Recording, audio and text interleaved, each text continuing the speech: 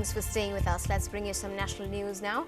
Taking on the food shortage in the country, but in a rather sarcastic tone, was the CPM chief Prakash Karat, who had a mouthful for the government today. He said that while we've been asking for food security for the people of India, the government has only been ensuring food security for the rats of India. Well, that was Prakash Karat's war cry against the Congress-led UPA government as he inaugurated the CPM Central Committee's extended session in Andhra Pradesh. Karat also accused the UPA government of pursuing policies that were only for the super rich, saying its policies of inclusive growth are excluding the vast majority of the common people.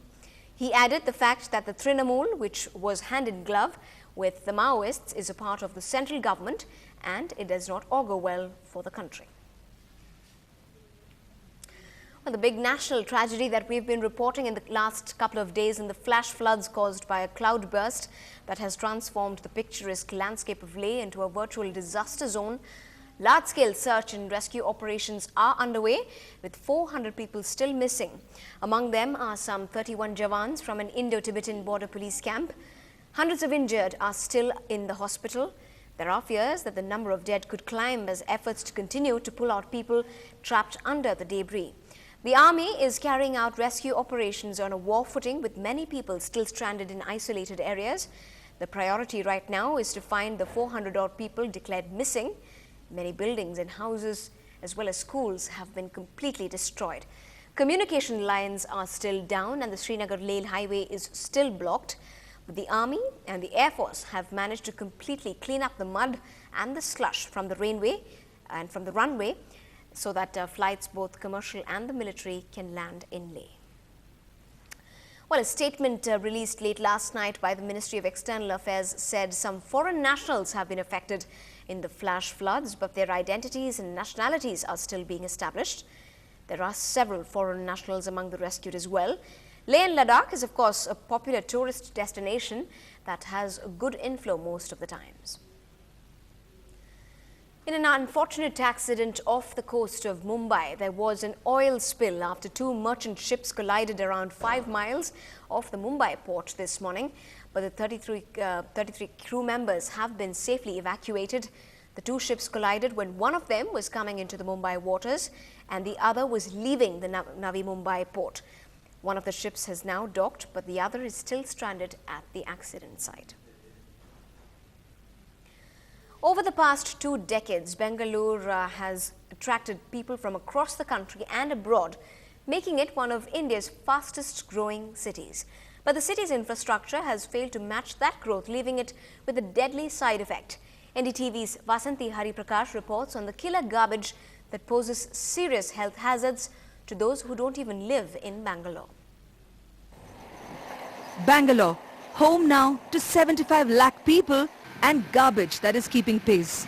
3,000 tons of it every single day, which leaves over 4 landfills on the city's periphery brimming over. The muck stops here. Most of the city's e-waste, wet waste and certainly all the plastic lands up in Bangalore's backyard. With uncontrolled contamination of air and water, it's the villages near here that are paying the price for Bangalore's unplanned growth. Activists say the Mavallipura landfill, less than 3 kilometers away from the Arkavati river, violates every norm of the Forest and Environment Department, besides making life hell for the 3,000 villagers of Mavallipura. Corporation ಕಸ ತಂದ್ಬಿಟ್ಟು ನಮ್ಮ ಪ್ರಕೃತಿನೇ ಹಾಳು ಮಾಡಿಕ್ಬಿಟ್ರು. ಪ್ರತಿದಿನ ಎಲ್ಲರೂ ಯಾರು ನೋಡಿದ್ರು ಆಸ್ಪತ್ರೆಗೆ ಹೋಗೋದು, ಅನಾರೋಗ್ಯದಿಂದ ಬೇಜಾನ್ ಜನ ನಷ್ಟ ಆಗ್ಬಿಟ್ಟಿದೆ ನಮ್ಮ ಹಳ್ಳಿಗೆ. ಅವ್ರು ಕೊಡೋಂಥದ್ದು ಬೇಡ, ಪರಿಹಾರ ನಮಗೆ ಬೇಕಾಗಿಲ್ಲ, ಜಾಗ ಖಾಲಿ ಮಾಡಿದ್ರೆ ಸಾಕು. ಏನು ದಿನಕ್ಕೆ 600 ಟನ್ ಬರಬೇಕು ಅಂತ ಹೇಳ್ತಾರೆ, ಆದ್ರೆ ಇಲ್ಲಿ 1000ರಿಂದ 1200 ಟನ್ ಎಕ್ಸಸ್ ಆಗಿ ಬರ್ತಾ ಇದೆ. ಜೊತೆಗೆ ಏನು ಈ ರಾಮಕಿಯವರ ಸಹನೂ ಏನು 600 ಟನ್ಗಲ್ಲ 100 ಟನ್ಗೂ ಸಹನೂ ಇವರು ಸೈಂಟಿಫಿಕ್ ಆಗಿ ಸೆಗ್ರಿಗೇಷನ್ ಮಾಡ್ತಾ ಇಲ್ಲ. The city's top civic authority has no immediate solutions.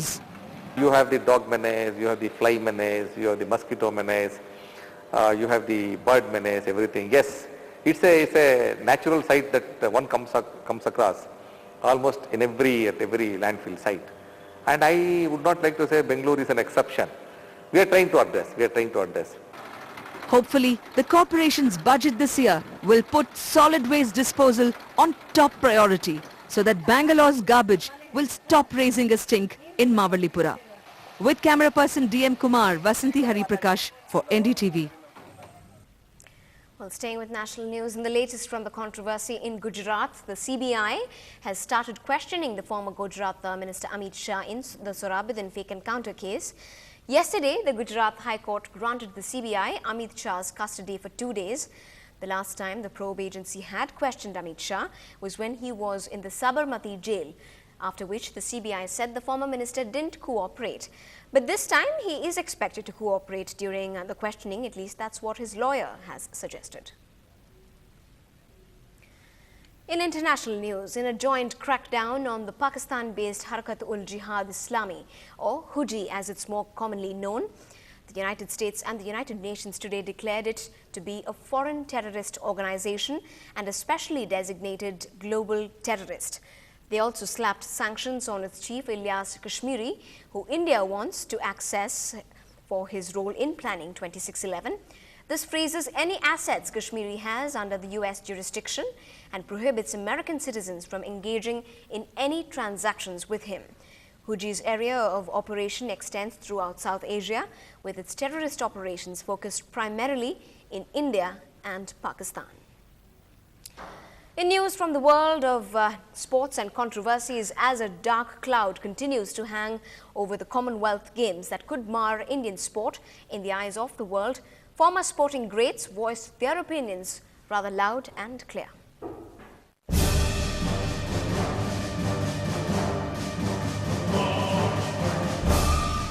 Games that are meant to bring pride to the country are now marred by corruption from all ends. That is not all. India later woke up to the possibility that the basic facilities could fail to meet completion, leave alone world-class standards. Happy that we are going to conduct the Commonwealth Games, but preparation-wise, I don't know how it will be. It's ready and all. But last week I could see the stadium track was very good, but work is not finished. And some feel it's better to focus on winning the medals rather than the corruption entangled with the games. The corruption, yeah, for sure. I think it's really sad that there is so much corruption involved. As far as the Olympic Gold Quest is concerned, we are focusing on the performances of our athletes at the Commonwealth Games. 11 of our athletes are surely taking part in the Commonwealth Games. With less than 60 days to go before India's first major international tournament on home ground, is there a way to move forward?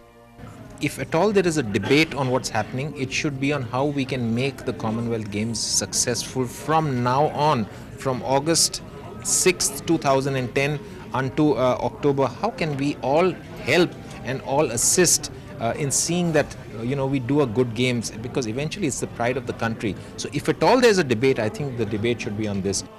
In Chennai, Natasha for NDTV Hindu.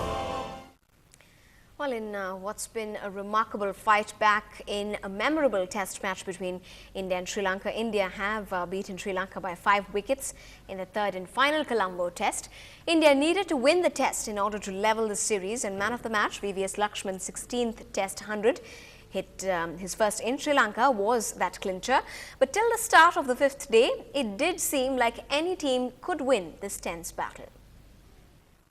Ishant Sharma had been brought in as a night watchman, but early on day 5, Sri Lanka sent him back to start what would be the real battle.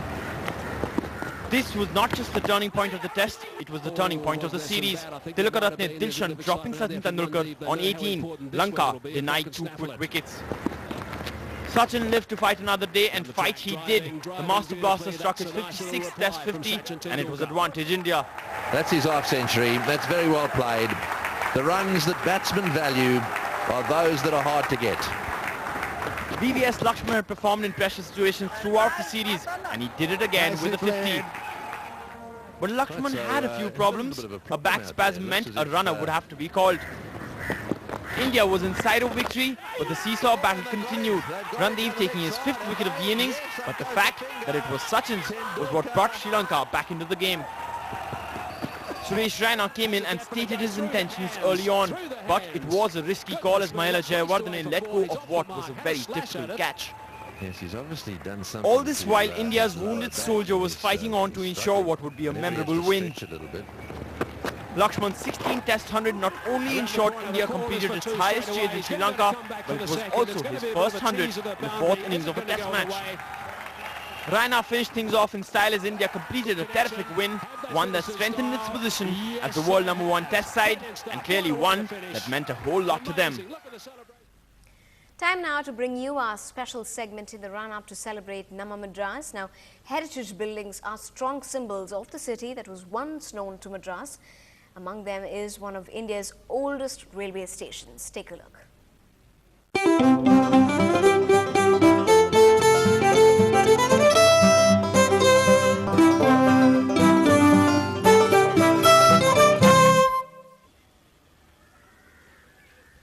India's vast railway network has a strong historic link with Madras. In June 1856, India got her second railway station. This station in Raipuram was inaugurated by the governor of Madras, Lord Harris. The commuters who come here are certainly proud of it. 30 வருஷமா இந்த வழியா நான் travel பண்ணிட்டு இருக்கேன். இந்த oldest station வழியா Port Trust harbour போறதுக்காக நான் இந்த வழியா கிராஸ் பண்ணி போயிட்டு இருக்கேன். எவரி இயர் எனக்கு இது ப்ரௌட்ஃபுல்லா இருக்கு. The architecture is quasi-classical with iconic pillars and cantilevers used on its platform roof. The roof of its grand porch is replete with carvings. The windows and doors are Victorian. The tall arched openings are another common feature throughout the station. Believed to be one of the oldest standing railway station structures of the Indian Railways, the Raipuram railway station today proudly stands and poses to the onlookers as well as the passengers who frequent it. Definitely something to be proud of and something synonymous with old Madras. Despite being the oldest surviving railway station and after recent renovations, it still displays its former splendor. And clearly, there's no railway building more worthy of being called a heritage building. In Chennai, Zoya Thomas for NDTV Hindu. Well, celebrations to mark the birth of the city have only gotten bigger and better this year. This year, organizers have in fact involved the city's expatriate community to share their experiences. They are widely known as Chennai's expatriate community, but organizers of Madras Day brought its members together to tell them they too were very much a part of Madras and its lifestyle and culture. Some of them shared their experience. It's the warmth of the people and this amazing openness and the spirituality, the underlying spirituality that has made me feel home here. For me, it's mostly the people. If you focus on people, you forget the noise, you forget the traffic, you forget everything. For these foreigners who've made Madras their second home, programs were rolled out to help them adjust to the city's people and their lifestyles. With the celebration of festivals, learning the language. We do a language class called Learn the Language, Live the Culture. Historian Mutaya, one of the key players in the Madras Day celebrations, agreed and said one had to live in the city to experience the city's pulse and culture. In Chennai with Pratiksha, Nithila, NDTV Hindu. Well, joining in there to celebrate the city. Well, that's the news tonight. I'm Evelyn Matthew. Thanks for watching. Good night.